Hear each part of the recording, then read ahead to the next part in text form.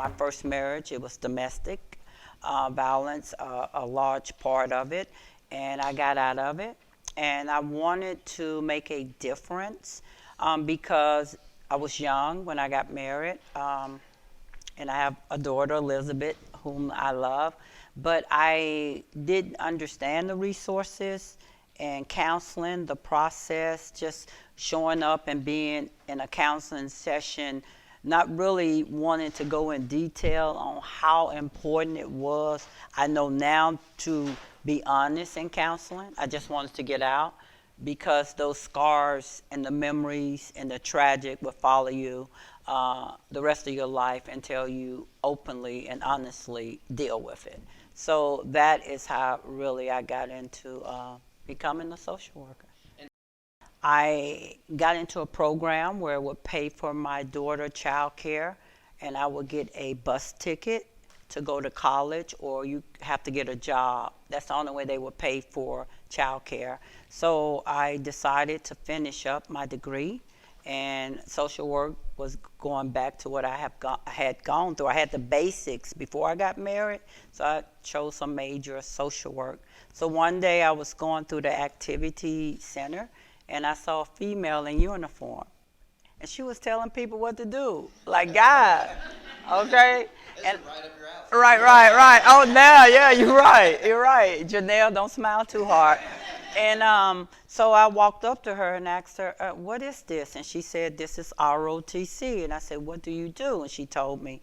And I said, okay. And I walked away. And she said, but you get paid to be in this program while in college. And it was like, okay, I'm working, I'm going to school, and then I can get more income predicated on how much it was. I wouldn't have to work full time, but part time to spend time with my daughter because she was young.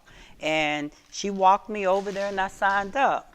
And so as a first lieutenant, I was so glad I had the opportunity to get a command. I didn't know that was a big deal, but you know, I went from platoon leader for treatment, ambulance, S3 shop.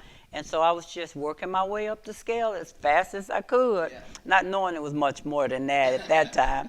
And then I deployed and came back, and I had got diagnosed with an incurable illness. And so I fought the board to try to stay on, because in my mind, it goes back to you don't know the plans that God has for your life, because he orders our steps. Well, I was fighting a system to stay in the system because that's all I knew, that it was providing. I had gotten my first home. I didn't have to worry about worrying about where money was going to come from and take care of my child. So that was a safe haven for me.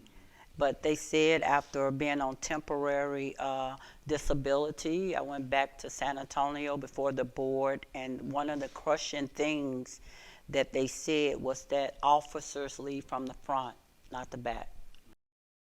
I met so many great people, but there were so many needs that were out there. And I'm really big on diversity because of our city, and I'm really, no pun intended, pro-women, go women.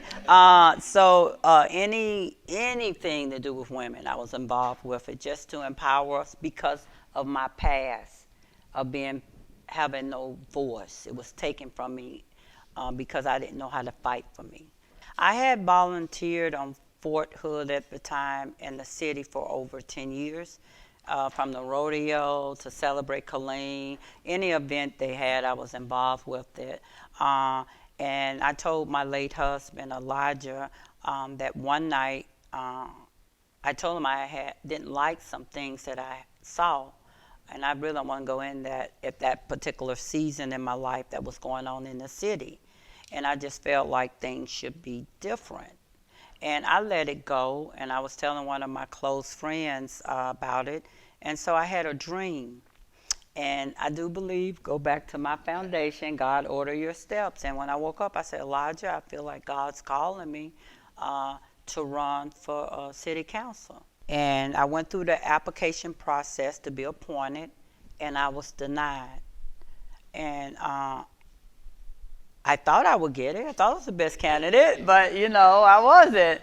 And so, yeah, it was a lot of them. So when I was denied, and I was very down about it, and it was told to me, just go get you some signs, quit staying in that space of sorrow, and just go out there and do it.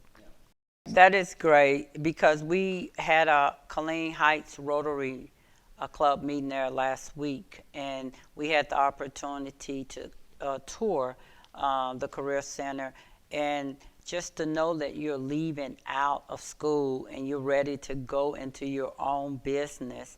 And then you have the opportunity to go into CTC, which is a 2-year degree that you can complete before you even finish high school. And Texas A&M, Central Texas, you just go there and you finish. And what we need to do, I guess, more so the city, working with KEDC, to bring in those jobs that keep those young, bright minds in this area. As you know, Bell County Annex will be coming down to downtown Killeen.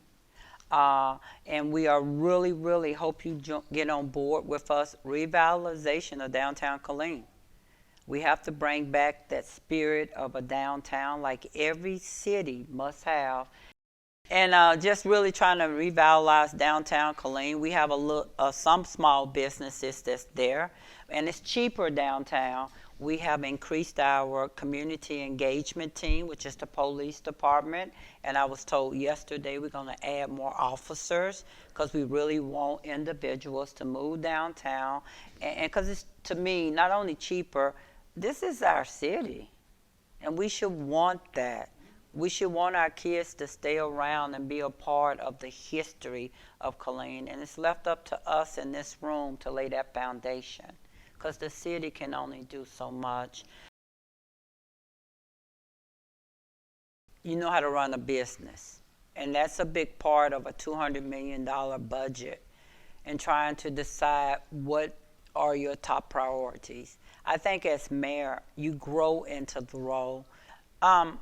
Learning how to manage a budget is probably very important, because right now we have a situation within our community, the homeless population, which is really the unsheltered population now. That's the new name for it.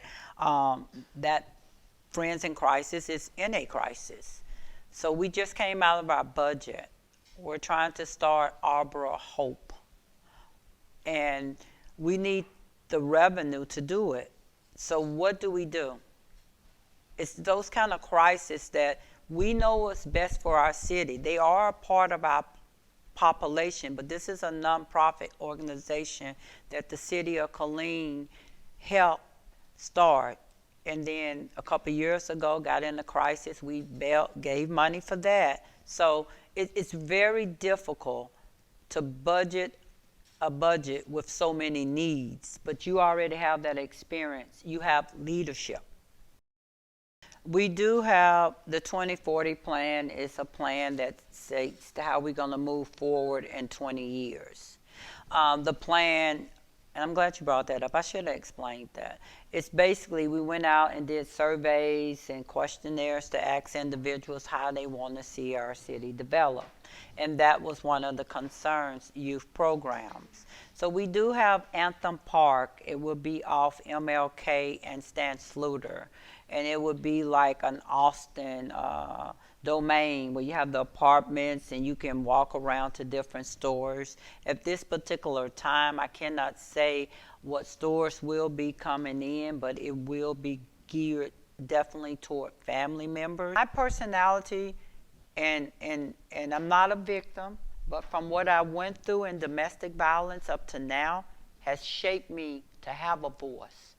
I'm very no nonsense when it comes to that dais. Now here we can play, but when it comes to that dais, when I know that people are entrusting us to do the right thing, I don't like people, individuals attacking staff, because they work extremely hard with we short on staff, we short on resources, we don't want to raise taxes and fees. Then that gets me right there.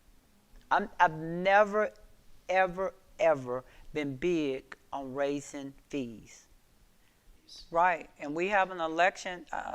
I want you to get involved, but there's 2 people running next year, including it's 2 people running next year, including me, that I want to stay. But you know, get involved. Yeah, man.